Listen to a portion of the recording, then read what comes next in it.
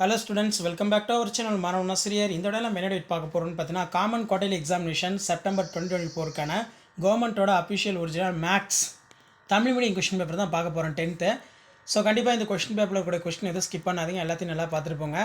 இதில் இருந்தால் சம்ஸ் எல்லாமே வந்து பார்த்தீங்கன்னா உங்களுக்கு ரிப்பீட் ஆகும்.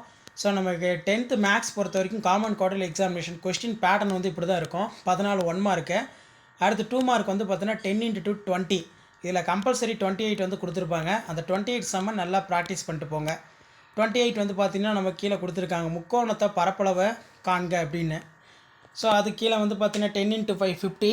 இதில் 5 மார்க் சம் வந்து பார்த்திங்கன்னா கேட்டிருக்காங்க. ஸோ இதையும் வந்து பார்த்திங்கன்னா நல்லா பார்த்துட்டு போங்க.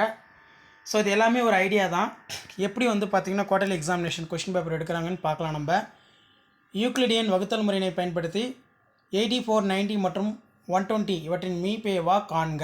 இது ஒரு முக்கியமான சம்மு. நெக்ஸ்ட்டு வந்து பார்த்தீங்கன்னா தீர்க்க x + y + z = 5, 2x - y + z = 9, x - 2y + 3z = 16. அடுத்து வர்க்க மூலம், இது ரொம்ப இம்பார்ட்டன்ட்.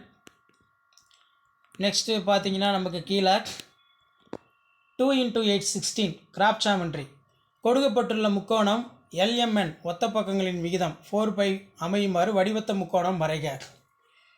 அடுத்து பார்த்தீங்கன்னா நமக்கு குத்துக்கோட்டின் நீளம் கேட்டிருக்காங்க. நெக்ஸ்ட்டு வந்து பார்த்திங்கன்னா ஒரு நிறுவனமானது தொடக்கத்தில் 40 வேலையாட்களுடன் 180 நாளில் ஒரு வேலையினை முடிக்க தொடங்கியது. பிறகு வேலையினை விரைவாக முடித்திட பின்வரும் வேலையாட்கள் அதிகரிக்கிறது.